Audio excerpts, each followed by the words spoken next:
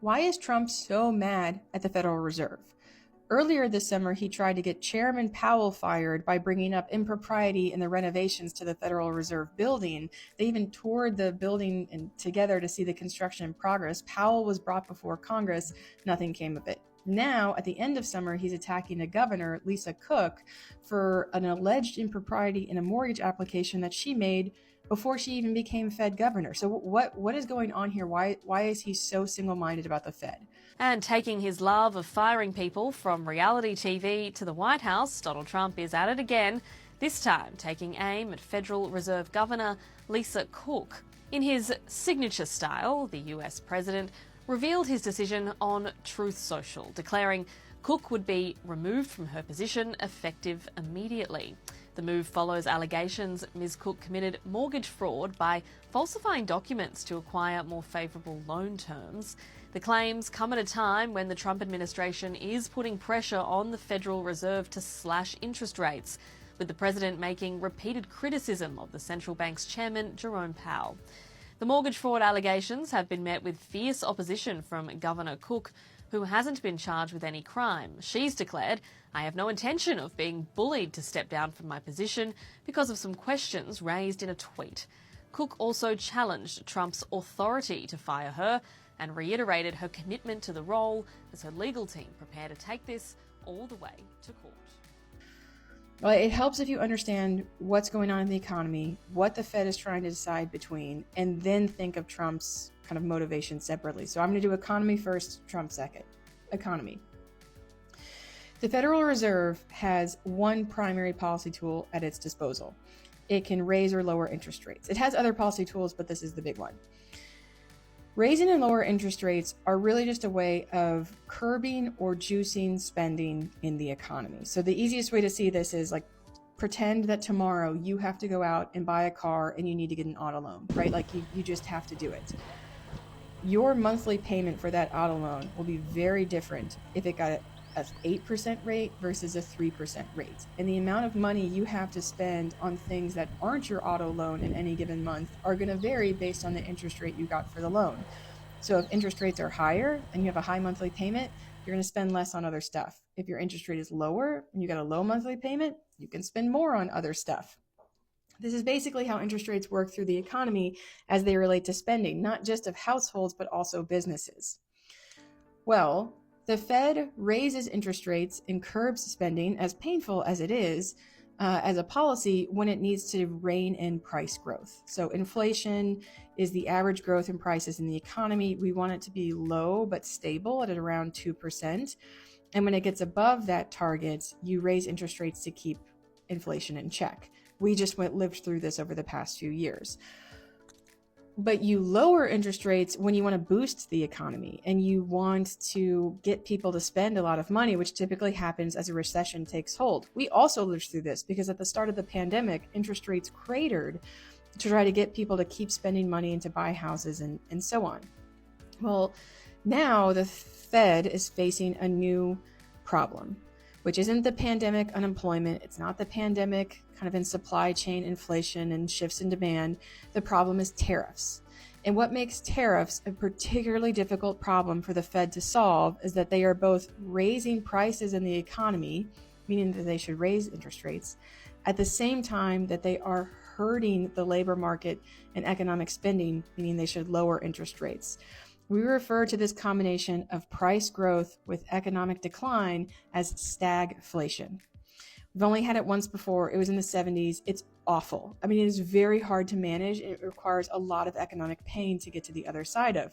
Well, this is the effect that tariffs have, because on the price side, they're an import tax on a good you buy from abroad or a good that you buy that is affected by goods from abroad. So think of a car that's a foreign car that is imported versus a car made in the US that has foreign parts as a component, which they all do.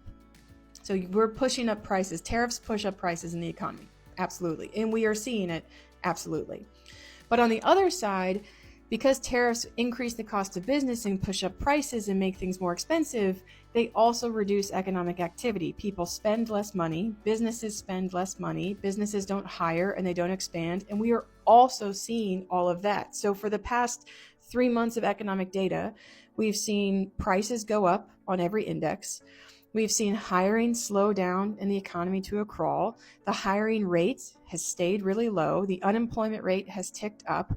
So we are seeing the first kind of joining of stagflation in about 4.5 decades.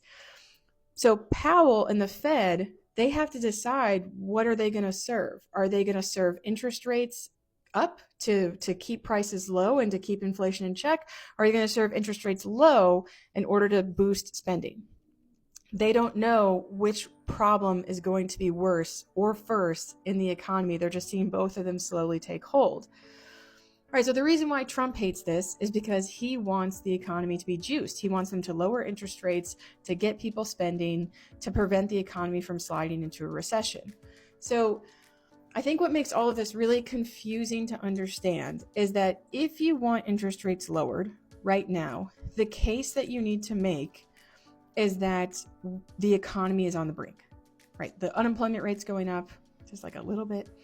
Hiring has stalled.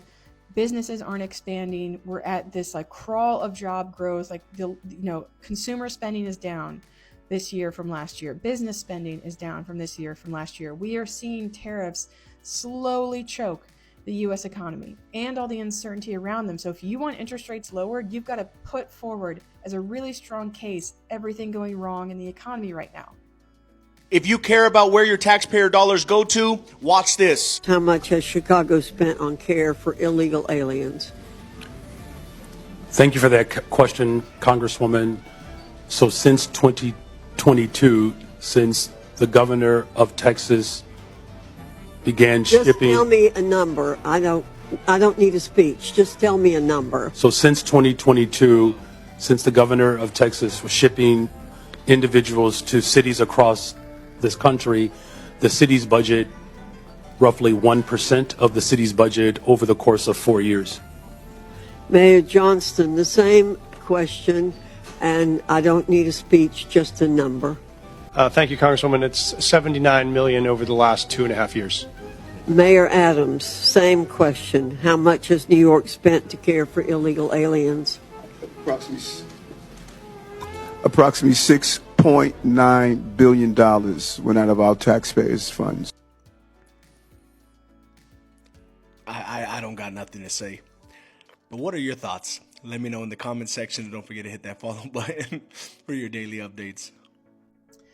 And so Trump's not doing that because in his mind, he would have to say tariffs are hurting the economy and therefore we need to lower interest rates to help it. He's not going to say that. That's his own policy. It's his own fault. He'd have to say tariffs hurt the economy, therefore you should lower interest rates. He doesn't want to. So, go back to when the BLS commissioner was fired. The data that was released that day showed that the average job growth in the economy over the past 3 months of summer was just 35,000.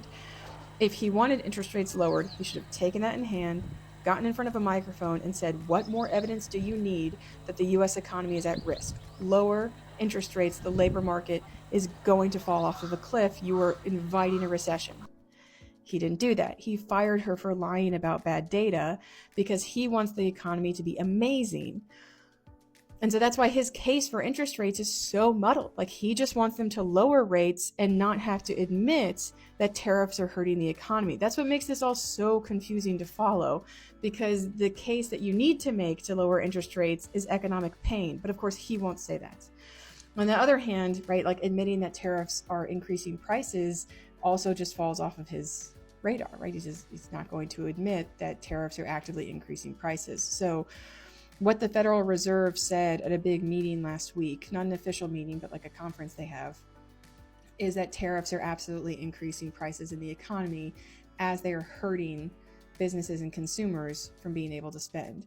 This is stagflation, and they can't act on interest rates really until they know which is going to get worse first, but really what is the price effect that tariff will have in the economy? Will it be like a one-up jump and then we're done? Will it be like a constant increase for the next year? Price growth is really hard to control, as like we've all experienced, and that's what they're waiting on. So that is why Trump is mad at the Fed, because they don't serve his political interests. They don't take his talking points and run with it. They look at the economic data and they make a decision on interest rates, which will affect hundreds of millions of people based on which is going to do better for the economy given the risks that are present. Trump hates them because he is the risk. Tariffs are what is hurting the economy, like every economist said they would, like Powell himself said they would. He is damaging the economy and then is getting upset that the damage isn't brought under control, while at the same time not admitting that any of the damage is occurring. So yeah, it makes sense why he's so mad at the Federal Reserve. They're not going to listen to what he says. They're going to listen to what the economic data says first and only.